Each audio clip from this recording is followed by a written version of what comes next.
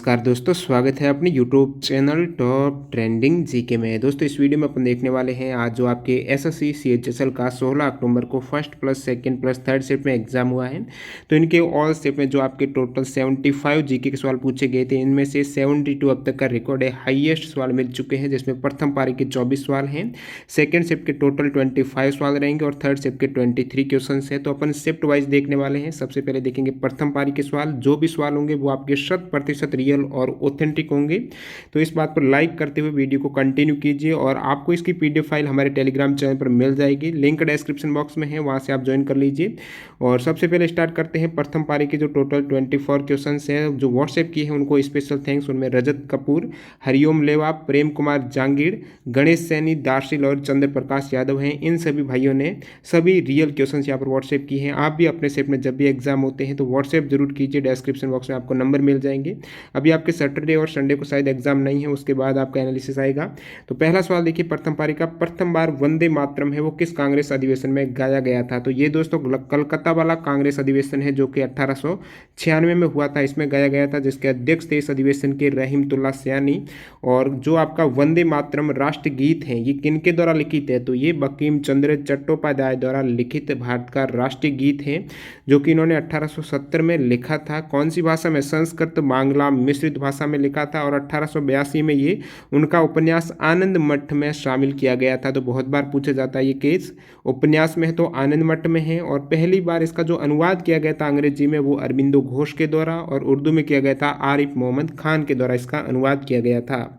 और 1950 में वंदे मातरम को राष्ट्रीय गीत के रूप में अपना लिया गया था। ये जो गीत की अवधि है 65 सेकेंड का समय लगता है। अगला सवाल देखिए, द ब्लू अम्ब्रेला उपन्यास के लेखक कौन है? तो रस्किन बॉन्ड है, जो कि 1980 में ये उपन्यास उनके द्वारा लिखित है। दिशा एक्ट किस राज्य ने पास किया है? तो आंध्र प्रदेश आपका करेक्ट हो जाएगा, जो कि 13 दिसंबर 2019 को इस कानून को पास किया गया था। इस कानून का जो उद्देश्य है वो महिला और बच्चों की सुरक्षा सुनिश्चित करना है। स्पेशली जो बलात्कार और तेजाब के मामले होते हैं उनको विशेष महत्व दिया गया है।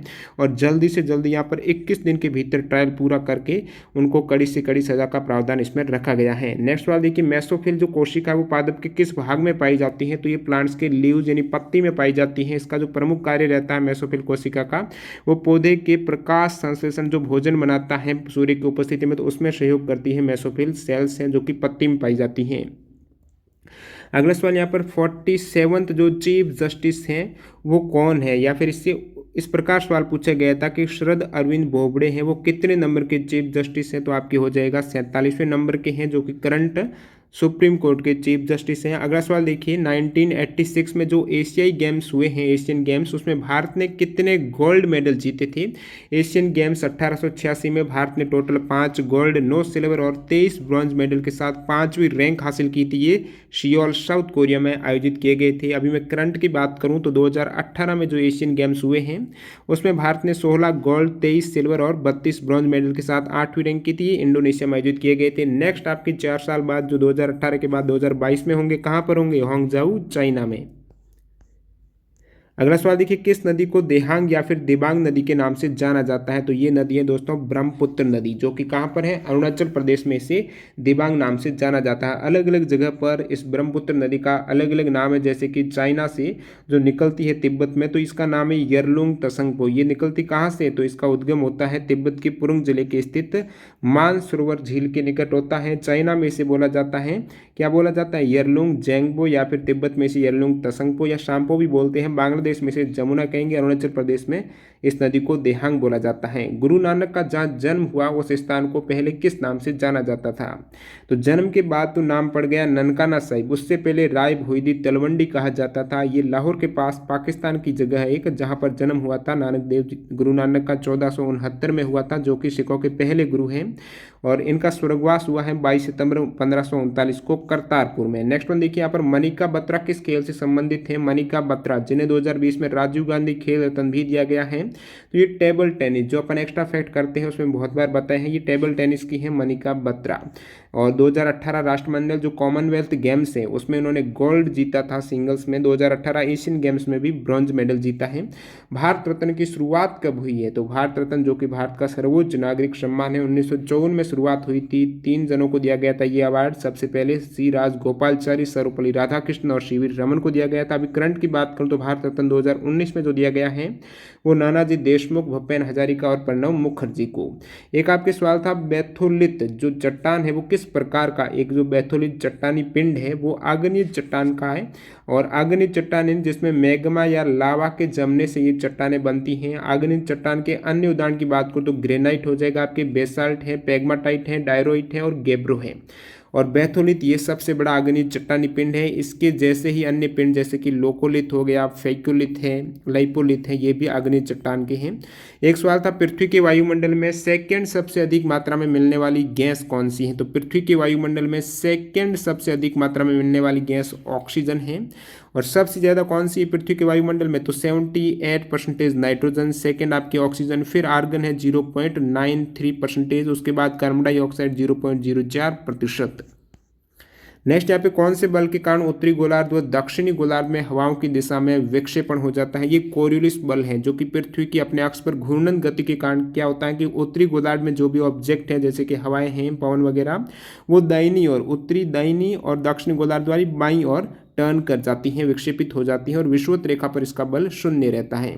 मौर्य वंश का अंतिम शासक जिनकी उनके सेनापति पुष्यमित्र शुंग ने हत्या कर दी थी, यानी पूछा था मौर्य वंश के अंतिम शासक कौन है, तो वो हैं दोस्तों बृहद्रथ हैं। और ये मौर्य साम्राज्य के अंतिम शासक उन्हीं के सेनापति पुष्यमित्र ने हत्या करके वहां पर शुंग वंश की नींव रख ली थी। और बृहद्रथ मौर्य हैं, इनका शासनकाल 187 से 180 BC रहा है। प्रथम शासक कौन थे मौर्य वंश के? तो वो थे चंद्रगुप्त थे। उसके बाद बिंदुसार, अशोक। इस प्रकार राजधानी कहाँ है? मौर्य वंश की राजधानी थी पाटलिपुत्र। पृथ्वी के किस पटल के अंदर चुंबकत्व का गुण पाया जाता है? तो चुंबकत्व का गुण पाया जाता है वो कोर में पाया जाता है, उसमें भी आउटर कोर में। धिमसा नृत्य किस राज्य से संबंधित है? तो ये आपके हो जाएगा ओडिशा में इसकी उत्पत्ति हुई है। अभी करंट में विशाखापट्टनम का ये ऑफिशियल डांस हो जाएगा। तो आंध्र प्रदेश विशाखापट्टनम है। ये परफॉर्म किया जाता है पोर्जा कास्ट है वुमेन के द्वारा। इंटरनेशनल एस्ट्रोनॉमिकल यूनियन ने माइनर प्लेनेट 2006 VP32 इस माइनर प्लेनेट का नाम है। इसका नामकरण किस प्रसिद्ध भारतीय संगीतकार के रेस्पेक्ट में किया गया है? तो माइनर प्लेनेट 2006 VP32 का नाम चेंज करके पंडित जसराज के नाम पर उनको रेस्पेक्ट दिया गया है। तो ये 11 नवंबर 2006 को ये प्लैनेट की खोज की गई थी। और सौरमंडल में ये जो प्लैनेट है माइनर प्लैनेट है, ये प्लैनेट नहीं है, ये एक माइनर प्लैनेट की श्रेणी में है। तो ये ग्रह कहाँ है? मंगल और बृहस्पति के बीच एक छोटा सा माइनर प्लैनेट है। और पंडित जसराज बहुत बार पूछा जाता है किस घराने के? राजघराने के, तो मेवात घराने के। ध्वनि की गति किस माध्यम में सबसे अधिक होती है? इजी सवाल बहुत बार एग्जाम पूछ लिया जाता है। तो ठोस में, जहां पर घनत्व अधिक होता है, उसके बाद लिक्विड और सबसे कम गैस में रहती है ध्वनि की गति। अगला सवाल देखिए, भाषाई आधार पर आंध्र प्रदेश राज्य का गठन कब हुआ? भाषाई आधार पर बात करूं तो 1 अक्टूबर 1953 को हुआ था। ये प्रथम राज्य बना है भाषाई आधार पर। स्वतंत्र भारत में भाषा के आधार पर गठित होने वाला पहला राज्य कौन सा है? आंध्र प्रदेश। और फिर मैं बात करूं 1956 में जो पारित हुआ था राज्य पुनर्गठन अधिनियम, उसमें भाषाई आधार पर 14 राज्य और 6 UT शामिल किए गए थे। और बाकी यहाँ पर आंध्र प्रदेश से जो आपका तेलंगाना अलग हुआ है वो 2 जून 2014 को हुआ था। रामवीर सिंह खोखर किस खेल से बिलोंग करते हैं? कबड्डी के ये कोच हैं। इनको 2019 में द्रोणाचार्य अवार्ड भी मिल चुका है। GST काउंसिल के प्रमुख कौन है? तो जो भी फाइनेंस मिनिस्टर हैं अभी वर्तमान में निर्मला सीतारमण है। निर्वाचन आयोग किस अनुच्छेद में वर्णित है? तो अनुच्छेद 324 से लेकर 29 तक इसका वर्णन मिलेगा। निर्वाचन आयोग की स्थापना 1950 में की गई थी। 25 जनवरी, इसलिए 25 जनवरी को राष्ट्रीय मतदाता दिवस के रूप में मनाया जाता है। और मुख्य चुनाव आयुक्त जो कि वर्तमान में सुनील अरोड़ा है, उनकी नियुक्ति किनके द्वारा? राष्ट्रपति के द्वारा। अधिकतम कार्यकाल इनका 6 वर्ष या फिर 65 साल जो भी पहले हो। कौन सी ई-कॉमर्स कंपनी है? तो फ्लिपकार्ट हो जाएगा। इस प्रकार ऑप्शन में थे। अगला और लास्ट सवाल देखिए, समाज में व्याप्त आय एवं संपत्ति के असमान वितरण की माप सांख्यिकी के आधार पर गणना की जाती है। तो ये कल पूछा गया था, मैंने बताया था इसके बारे में पूरा एक्स्ट्रा फैक्ट आज वापस पूछ लिया है। कल पूछा गया था गिन्नी गुणांक के बारे में पूछा गया था, आज उल्टा सवाल पूछ लिया है और आंसर उसमें गिन्नी गुणांक है। तो गिन्नी गुणांक किसकी माप है? जो असमान वितरण है संपत्ति का, जैसे कि समाज में सभी व्यक्तियों के पास समान संपत्ति तो रहती नहीं, किसी के पास ज़्यादा और कम रहती है, तो उसी से ये गणना की जाती है। और गिन्नी गुणांक मान लो 0 हो जाए। उसका मतलब क्या है, सभी के पास, सभी व्यक्तियों के पास एक समान ही संपत्ति है, किसी के पास ज़्यादा नहीं है। और जब गिन्नी गुणांक का मान 1 हो जाता है तो मतलब सारी संपत्ति किसी धनी वर्ग के पास आ गई है। और इंडिया में जो गिन्नी इंडेक्स है, इनकी रैंक है 0.35 है मार्च 2020 की रिपोर्ट के अनुसार। अगला सवाल यहाँ पर देखते हैं अपन, सेकेंड शिफ्ट के टोटल सभी सवाल, हमेशा की बात थी, कल भी टोटल 25 सवाल मिल गए थे। इसके लिए स्पेशल थैंक्स जिन्होंने ये सभी सवाल एग्जैक्ट व्हाट्सएप किए हैं। अभिजीत प्रसाद है उनमें, वीरेंद्र कुमार अहिरवार है, बहुत से सवाल भेजे थे इन्होंने भी, मस्तराम मीणा है, ललित कुमार, आनंद भारती, ब्रज दीपक शर्मा, इनका बहुत बहुत धन्यवाद। आप भी अपने सवाल जरूर व्हाट्सएप कीजिए, आपको व्हाट्सएप नंबर मिल जाएंगे डिस्क्रिप्शन बॉक्स में, ताकि सभी को रियल क्वेश्चंस मिल सके, क्योंकि यहाँ से दोबारा क्वेश्चंस रिपीट होते हैं, एक्स्ट्रा फैक्ट वगैरह से 2 से 3 सवाल आते हैं प्रत्येक शिफ्ट में। यहाँ से सतलुज नदी भारत में किस दर्रे से प्रवेश करती है? तो सतलुज नदी की बात करें तो ये हिमाचल प्रदेश के किन्नौर जिले में निकलती है। कौन सा दर्रा है? तो शिपकीला दर्रे से प्रवेश करती है। शिपकीला दर्रा आपका करेक्ट था।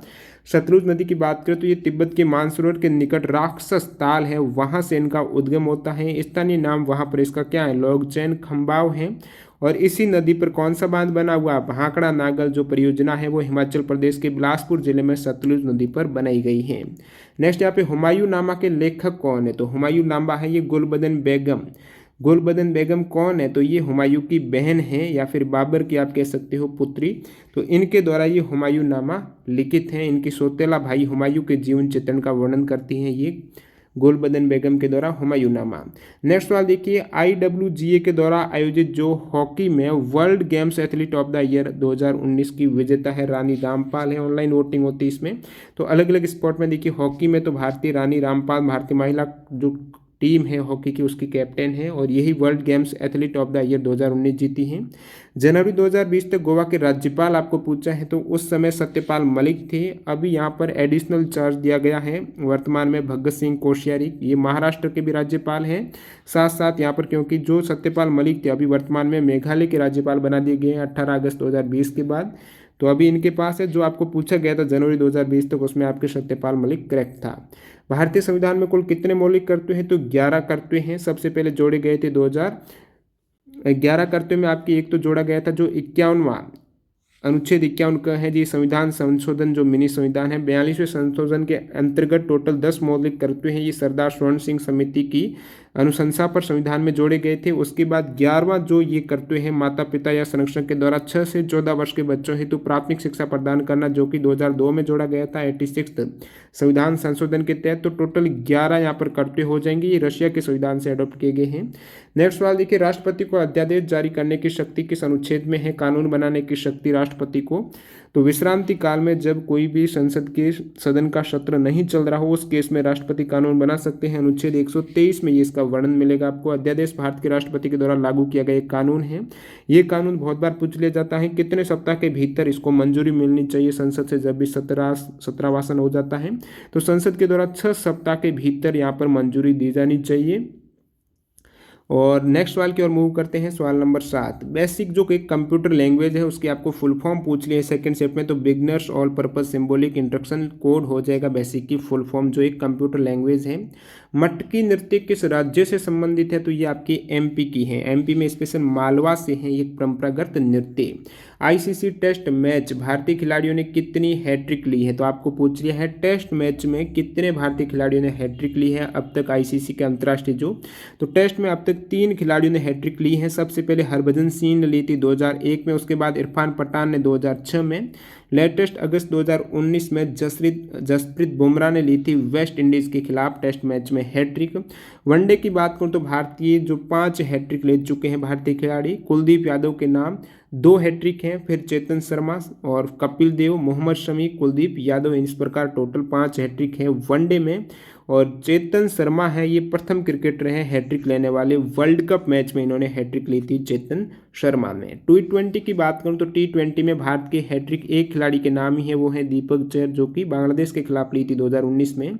अगला सवाल देखिए, स्लेट किस प्रकार की चट्टान है? स्लेट की बात करें तो ये आपके कायांतरित जो रूपांतरित शैल होती हैं उसी का प्रकार है स्लेट है। अन्य यहाँ पर मैं रूपांतरित शैल के उदाहरण की बात करूँ तो संगमरमर है, क्वार्ट्ज हैं, शिस्ट हैं, और बाकी जो अपन बात करते हैं अवसादित चट्टान की, अग्निज चट्टान की, तो इनके उदाहरण की बात करूँ तो अवसादी आपकी शैल है, उसमें चूना पत्थर, कोयला, गिजराइट है, बालू कास्म, ये अवसादी में आ जाएंगी। ग्रेनाइट है, पेगमेटाइट, बेसाल्ट है, ये आग्नेय शैल के उदाहरण। काफ़ी इंपॉर्टेंट है, बहुत बार एग्जाम में रिपीट होते रहते हैं। अगला सवाल देखिए, भारत में पोस्टल इंडेक्स नंबर की शुरुआत कब हुई है? जो आपके पोस्टल कोड रहते हैं 6 डिजिट में, उसकी शुरुआत हुई थी 15 अगस्त 1972 को हुई थी। श्रीराम भिक्काजी वेलंकर के द्वारा ये शुरुआत की गई थी, जिसमें 6 डिजिट जो कोड रहते हैं, जैसे कि 34, 40, 41 हो गया। तो इसमें जो प्रथम डिजिट है वो पिन इंडिकेट करता है जोन को, कौन सा नॉर्थन, साउथ, ईस्ट वाला जोन है। उसके बाद सेकंड डिजिट है वो सब जोन हो जाएगा। फिर आपकी थर्ड डिजिट सब जोन है जो आपका राज्य रह जाएगा। फिर थर्ड डिजिट जिला है, और जो लास्ट के 3 डिजिट है वो आपका स्पेशल जो पोस्ट ऑफिस रहेगा उसको बताएगा। विश्व कप में सबसे ज़्यादा रन बनाने वाले बल्लेबाज कौन है? तो वर्ल्ड कप में सबसे जो हाईएस्ट इंडिविजुअल रन करने वाले बैट्समैन है आईसीसी वर्ल्ड कप में, वो हैं सचिन तेंदुलकर हैं। उनके नाम टोटल वर्ल्ड कप में 2278 रन हैं। 44 इनिंग्स में 45 मैच थे उनके। और सेकंड है रिकी पॉन्टिंग है, 1743 रन है, ये ऑस्ट्रेलिया के खिलाड़ी। World energy markets observatory report 2019 के अनुसार भारत में कौन से ग्रीन हाउस गैस प्रदूषक का स्तर सबसे अधिक है? तो वो है दोस्तों कार्बन डाइऑक्साइड का। जो मीटिंग उत्सर्जन का जो प्रदूषण होता है उसकी वृद्धि दर सबसे ज़्यादा हुई है, 6.3% है। ग्रीन हाउस गैस की बात करूँ तो उसमें आपके जलवाष्प हैं, CO2, methane, nitrous oxide, ozone शामिल हैं। एक सवाल था आपके थायमीन की कमी से होने वाला रोग। तो थायमीन है दोस्तों, ये केमिकल नाम है, विटामिन B1 का रासायनिक नाम थायमन है। B1 नहीं दिया गया तो स्टूडेंट कंफ्यूज हो जाएंगे जिनको पता नहीं था। थायमीन की कमी से रोग होता है जो विटामिन B1 की कमी से होता है, यानी बेरी रोग एक प्रकार का कुपोषण जन्य रोग होता है, ये B1 की कमी से होता है। एक आपके कंप्यूटर का सवाल है कि MS एक्सेल जो सीट रहती है उसमें फॉर्मूला एंटर करने से पहले किस सिंबल का प्रयोग करते हैं? तो आपको जैसे कि ये कॉलम हो गया, इसमें जितने भी डिजिट है उनको आपको जोड़ना है, तो फॉर्मूला एंटर करेंगे उससे पहले आप इक्वल का सिंबल ये बराबर लगाएंगे। जैसे कि जोड़ना है तो आप सम कर देंगे, कौन से कॉलम में कौन सी रो को जोड़ना है। जैसे कि ये A कॉलम है, इसकी 1 2 3 ये रो है, तो मैं कहूँगा 1 से लेकर मेरे को 4 तक जोड़ करनी, तो A1 और फिर डायरेक्ट आप इस प्रकार है A4 कर देंगे। तो ये इस प्रकार बराबर आपको फॉर्मूला के रूप पहला एंटर करना होगा, बराबर का सिंबल। चंद्रमा किस प्रकार का ग्रह है? तो नॉन ल्यूमिनियस है, यानी गैर चमकदार ये ग्रह है। इसके खुद का प्रकाश नहीं है, ये दूसरे के प्रकाश से चमकता है, परावर्तित करके सूर्य के प्रकाश से। तो जो खुद का प्रकाश नहीं होता है वो नॉन ल्यूमिनियस हो जाएंगे, गैर चमकदार हो जाएंगे। उसके अंतर्गत आपकी पृथ्वी भी है, चंद्रमा हो गया, और बाकी सूर्य तो है ही है। जैसे कि सूर्य हो गया ये ल्यूमिनियस है, फ्लेम इन लैंप है, ट्यूबलाइट, इलेक्ट्रिक बल्ब वगैरह इनका खुद का प्रकाश है, दूसरे के प्रकाश से नहीं चमकते हैं। अगला सवाल देखिए, 5th Indian international science festival 2019 कहाँ पर हुआ है? तो 5वां जो भारतीय इंटरनेशनल साइंस फेस्टिवल हुआ है 2019 में, वो कोलकाता पश्चिम बंगाल में हुआ है 5 से 8 नवंबर 2019। उनकी थीम क्या थी? तो राइजन थी, यानी research, innovation and science empowering of nation. Indian army का जो आपके आदर्श वाक्य है, मोटो क्या है? तो वो है सर्विस बिफोर सेल्फ, स्वपूर्ण सेवा इनका आदर्श वाक्य हो जाएगा। मोटो। थल सेना दिवस इंडियन आर्मी डे कब मनाते हैं? 15 जनवरी को। नेक्स्ट यहाँ पे ब्रिजिटल नेशन पुस्तक है, इनके लेखक कौन है? तो N चंद्रशेखरन और रूपा पुरुषोत्तम है। तो ये मैंने एक बुक्स का अलग से PDF फाइल डाली है टेलीग्राम पर, 100 बुक्स हैं, उन्हीं से बाहर से सवाल नहीं आ रहे हैं। अब की बार जितनी भी आई हैं उनमें से आए हैं करंट के जो भी बुक्स के सवाल आ रहे हैं। नेक्स्ट सवाल देखिए, सूरजमुखी का पौधा है, ये सूर्य की दिशा के प्रति संवेदनशील रहता है। जैसे कि सुबह सूर्य पूर्व की ओर है तो ये भी इनका फूल पूर्व की ओर रहेगा, फिर जैसे जैसे पश्चिम की ओर बढ़ेगा तो ये डायरेक्शन चेंज करेगा, सनफ्लावर भी। तो ये प्रक्रिया क्या कहलाती है? तो इसे बोला जाता है हेलियोट्रोपिज्म बोला जाता है। नेक्स्ट सवाल देखिए, 2019 में ओडिशा में किस गैस कंपनी ने LPG बोटलिंग गैस प्लांट लगाया था? तो ओडिशा में जो गैस कंपनी जिन्होंने LPG बोटलिंग गैस प्लांट लगाया था वो है BPCL, यानी भारत पेट्रोलियम कॉरपोरेशन लिमिटेड। तो ये बेलांगीर जिला है ओडिशा, वहाँ पर ये प्लांट लगाया गया है। कौन प्रसिद्ध भारतीय तबला वादक हैं? तो ऑप्शन के अकॉर्डिंग मैं बता देता हूँ प्रसिद्ध भारतीय तबला वादकों के नाम। उसमें आपके उस्ताद अल्लाह रखा खान है, अहमद जान थिरकवा हैं, फिर उस्ताद जाकिर हुसैन है, किशन महाराज है, गुद्दई महाराज है, कंठे महाराज और अनोखे लाल हैं।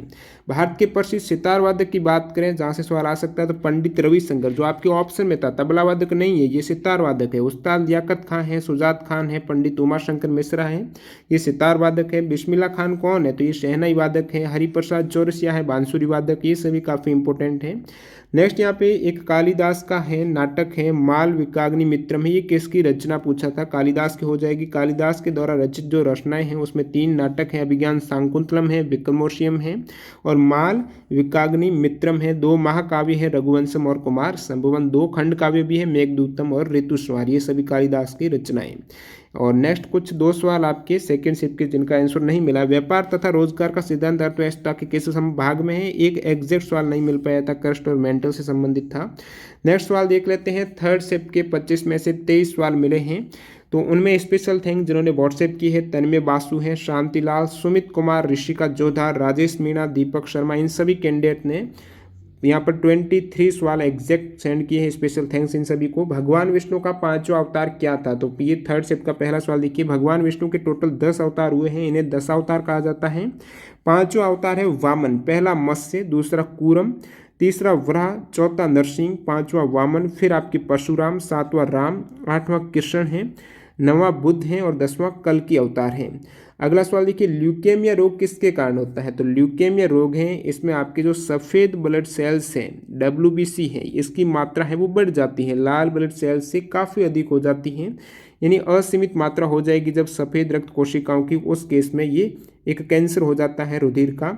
अगला सवाल देखिए, राष्ट्रीय खेल दिवस किसकी जयंती पर मनाया जाता है, ये लगातार रिपीट हो रहा सवाल, कल भी था परसों भी था, तो ये हॉकी के खिलाड़ी मेजर ध्यानचंद की जयंती पर 29 अगस्त को मनाया जाता है प्रत्येक वर्ष भारतीय राष्ट्रीय खेल दिवस। लक्षद्वीप का प्रसिद्ध लोक नृत्य आपको पूछा था, जिसमें कोलकाली डांस ऑप्शन में था, करेक्ट हो जाएगा एकदम। इसके अतिरिक्त लक्षद्वीप के जो लोक नृत्य है वो परिचाकाली है, कोलकाली है। पुदुचेरी की बात करूँ तो लोकप्रिय नृत्य है ग्राडी। अगला सवाल देखिए, आपके लेटीट्यूड है, जो अक्षांश है, इनका प्रत्येक एंगल प्रत्येक जो अंश रहता है, डिग्री रहती है, वो लगभग कितने किलोमीटर के बराबर है, तो अक्षांश का प्रत्येक अंश है ये 111 किलोमीटर के बराबर, इंपॉर्टेंट है काफ़ी।